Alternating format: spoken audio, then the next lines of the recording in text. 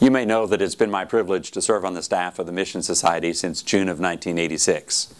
Over the 26 years since then, I've had the opportunity to get acquainted with a lot of folks who are praying about missions, applying to become missionaries, and many who ultimately have become missionaries and gone somewhere in the world to share the good news of Jesus. There are a lot of stories that come to mind as I think about that amazing group of people, but one in particular today is a story of Bob and Mary. That's not their real names, but that's what we'll call them today. Bob shared with us how, having completed a master's degree in music education, he went out to look for a job.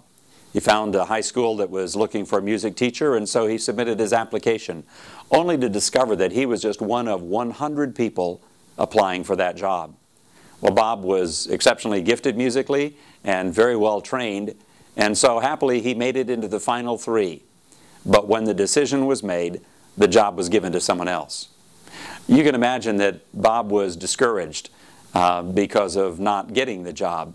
But he shared with us, now an applicant to the Mission Society, how God used that experience in his life. In a nutshell, God spoke to him and said, Bob, you can spend the rest of your life competing with 100 other people for one job. Or you can go somewhere in the world where people have never heard of me and where there is no lineup of people waiting to go and tell them about me.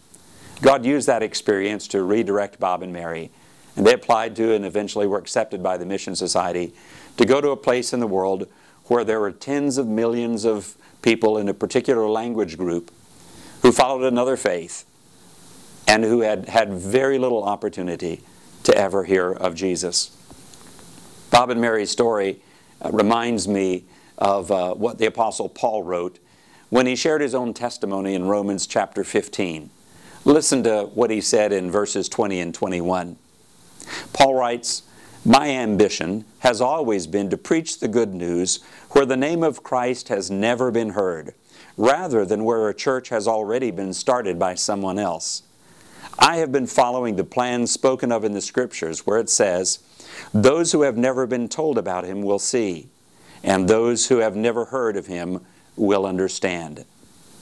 In the world today, there are, give or take, 2 billion people who for all practical purposes are beyond the reach of the gospel. They're the unreached people of the world. You say, well, why doesn't their neighbor share Jesus with them? None of their neighbors know or have ever heard of Jesus.